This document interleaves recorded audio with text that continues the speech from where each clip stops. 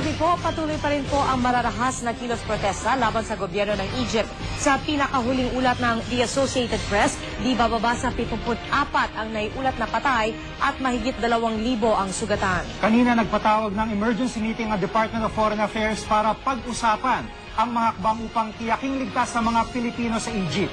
Nakatutok si Julius Segovia. Dahil sa patuloy na kaguluhan at mga kilos protesta sa Egypt, naglabas na ng travel advisory ang Pilipinas laban sa naturang bansa. Inabisuhan ng DFA ang mga Pilipinong ipagpaliban na muna ang mga biyahe pa Egypt habang tensyonado pa roon. We would like to urge our fellow Filipinos to defer tourism or other non-essential travel to Egypt at this time. Palalakasin din ng Pilipinas ang puwersa nito sa Egypt. Yan ang napagkasunduan sa Interagency Crisis Management Meeting na pinamunuan ng DFA. Alinsunod na rin sa utos ni Pangulong Aquino. Kasama sa pulong ang mga kinatawan mula sa OWA, POEA, DOLE, Presidential Management Staff at National Security Council. 3 opisyal ng DFA ang lilipad pa Cairo. Kabilang dito si Special Envoy Roy Cimatu at isang Foreign Service Officer na bihasa sa Arabic. Dagdag pwersa ito sa 20 opisyal na nasa Philippine Embassy sa Cairo.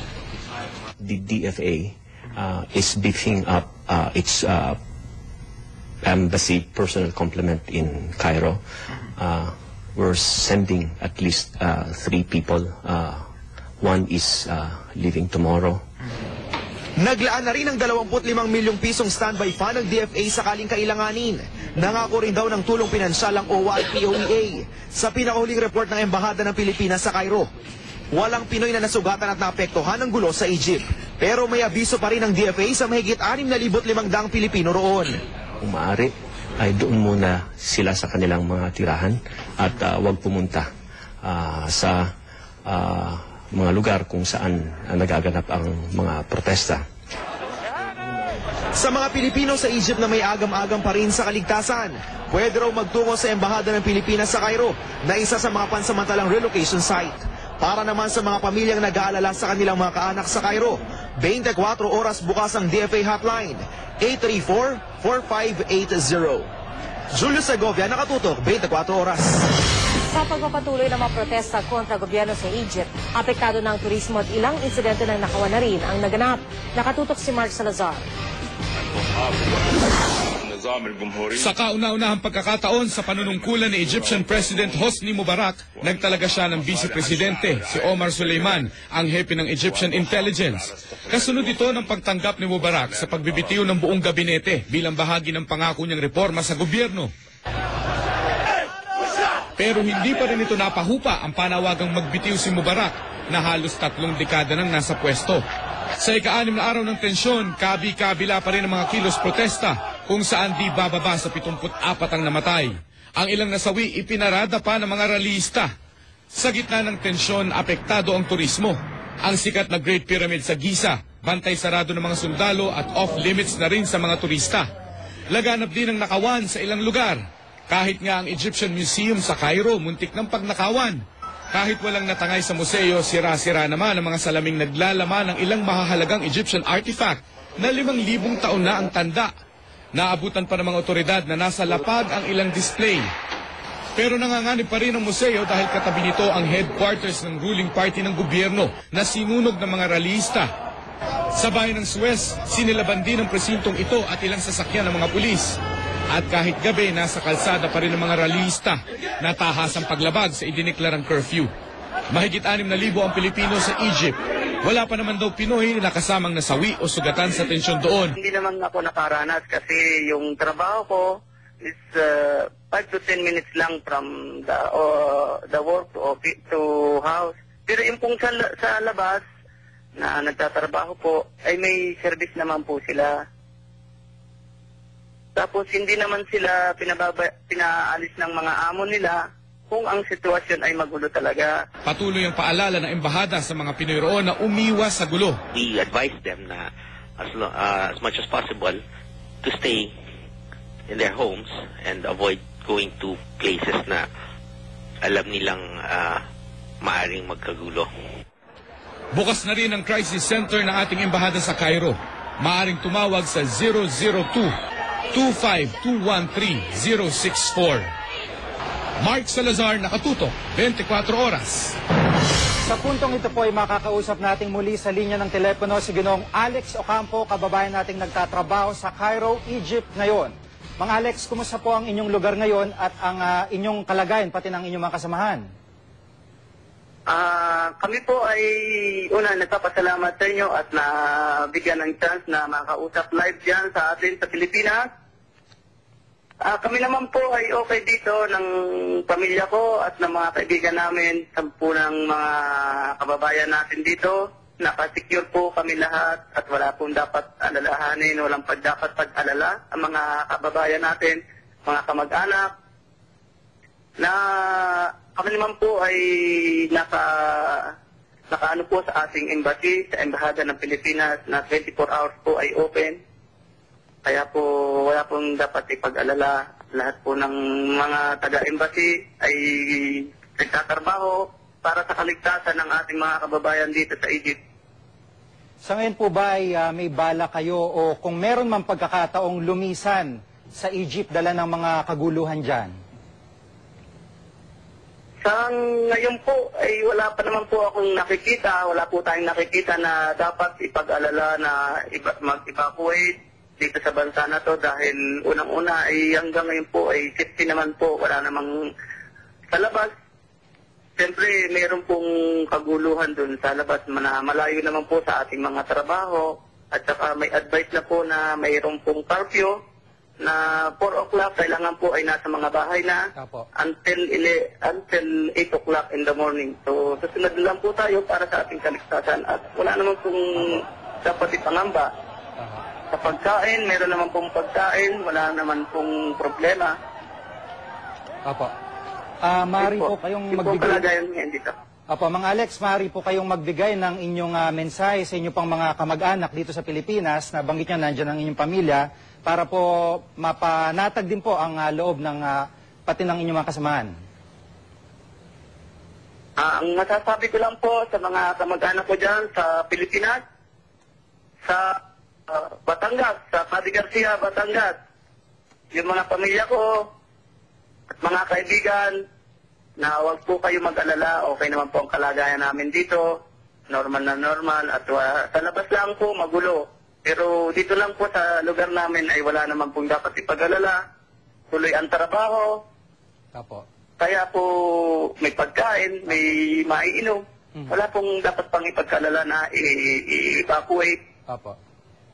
Siyempre, pag dumating na po sa sitwasyon na talagang wala na po talagang wala po tayong magagawa kundi umalis. Pero sa ngayon po ay wala po akong nakikita na dapat ipag-alala na mag-evacuate.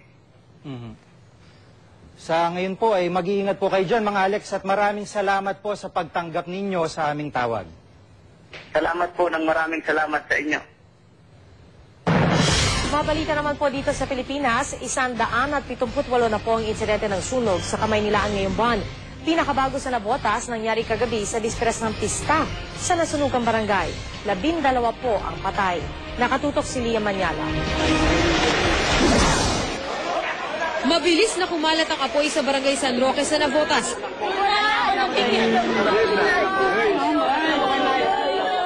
Sumiklab ang apoy bandang alas 11 kagabi habang nagkakasiyahan ng mga residente dahil bisperas ng pista sa barangay. Nadamay ang isang palapag ng katabing San Roque Elementary School. Dahil makipot ang daan, nahirapang makapasok sa lugar ang 89 na truck ng bumbero. Kinulang pa sila ng tubig. Kulang lang sa supply, kaya medyo kinakapos. Kasi naggagawa yung Maynilad ngayon. So, pero bukas naman yung ibang hydrant doon sa ibang barangay. Si Ronnie Blancaflor nag-aalala dahil nakulong sa kanilang bahay ang ama't 10 taong gulang na anak. Ngayon lang ako dumating, galing ako sa trabaho. Nasa loob yung anak ko. Kwento ng mga residente, sa bahay raw ng isang aling puring nagsimula ang sunog. May mga nagsasabi na mayroong nag-iihaw, so yun ang titinan natin. Sa ganitong mga okasyon, mga piyesta, may mga selebrasyon na malalaki, dapat dubli ingat tayo. Mag-aalas 5 na ng madaling araw na apula ang sunog. Hanggang kaninang umaga, umuusok pa ang ilang bahay. Mangiyak-iyak si Efigenia Lopez. Mabuti na lang daw at walang namatay sa kanyang pamilya. Ito lang ang naitirang isa ng kaldero. Paano ngayon yan, Nay? Balik kami sa zero. Hindi ko alam kung saan kami aano. Pero si Rodrigo Salonga, ipinagluluksa ang 3 sa 4 na anak na namatay sa sunog. Hindi ko na alam kung saan galing yung sunog na yun. Kaya nataranta rin ako. Wala naman ako masisisi rito. Pansamantalang inilikas sa San Roque National High School ang may 300 pamilyang naapektuhan ng sunog. Dito sa evacuation center nahanap ni Juliet ang mga kaanak. Maghahanap po kami ng mga damit para sa kanila. Nangangailangan sila talaga ng tulong dahil wala ko sila naisalbang gamit. Sa mga nasunugan ibinigay ang dapat sanay handa sa fiesta ng barangay. Sinagot na ng lokal na pamahalaan ang gastusin sa burol ng mga namatay. Maglalabas din ng calamity fund ang barangay para makatulong sa mga nasunugan. Lia Manyalak, Nakatutok, 24 Oras. Nakunan din ng isa nating News Cooper ang sunog sa Navotas. Bandang alas 11:30 ng gabi, nakunan ni News Cooper Darius Mendoza ang videong ito. Sa laki raw ng apoy, halos maghalo na ang mga ulap at ang makapal na usok galing sa sunog. Nakuna naman ni News Cooper Samuel Espinosa ang sunog sa isang condominium unit sa Las Piñas kaninang tanghali. Mabilis daw na nakalabas ang mga nakatira sa unit. Agad namang napula ang apoy ng mga bumbero at mga tumulong na residente. Sunog naman sa isang apartment unit sa Caloocan kaninang umaga, nakunan ni News Cooper Robert Sison. Ayon sa ilang residente, matagal nang walang nakatira sa lugar kaya short circuit ang isa sa mga hinihinalang pinagmulan ng sunog. Pwede rin po kayong magpadala ng mga video o litrato na mahalagang balita.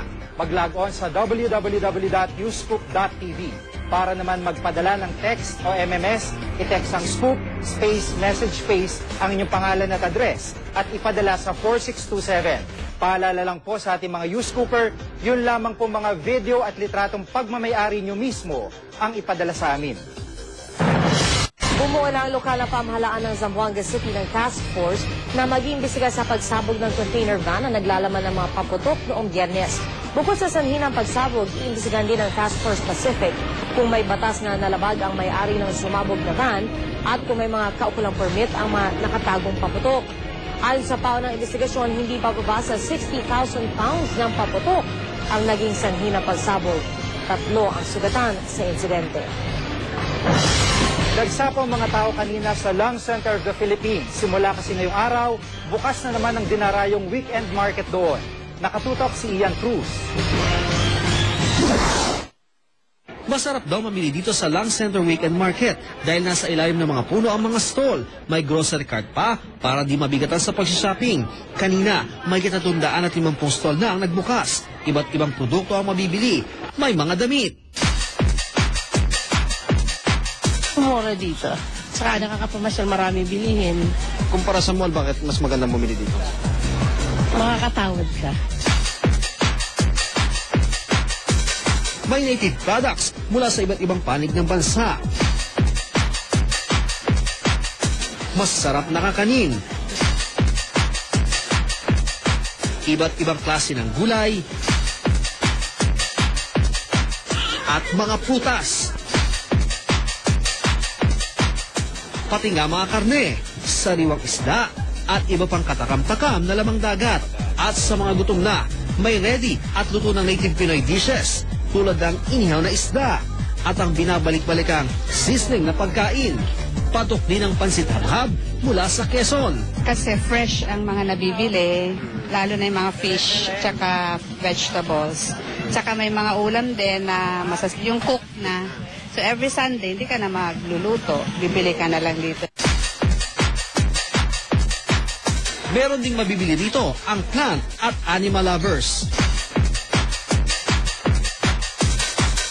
With this income that they are going to generate from this weekend market, you know, it can help a lot for Lung Center and its projects. Ian Cruz, Nakatutok, 24 Oras. 4 na araw bago salubungin ng mga kababayan nating Chinoy ang Year of the Metal Rabbit, mabenta na ang mga pampaswerte at pagkaing patok na ihain sa Chinese New Year. Nakatutok si Salima Refran. Buhay Libo na trapiko sa Ompin ang sumalubong sa mga naghahanda na sa pagsalubong sa Year of the Metal Rabbit. Marami kasi ang nais na makabili ng mga pampaswerte raw sa New Year celebration. It's a tradition, Philippine and Chinese tradition, to give and to share love. Part ng traditions sa amin, sa family namin. So, kaya nagsa-celebrate kami ng Chinese New Year. Ang mga pulis, magpapatupad na ng one-side parking sa Ompin simula bukas upang maibsan ang sikip ng daloy.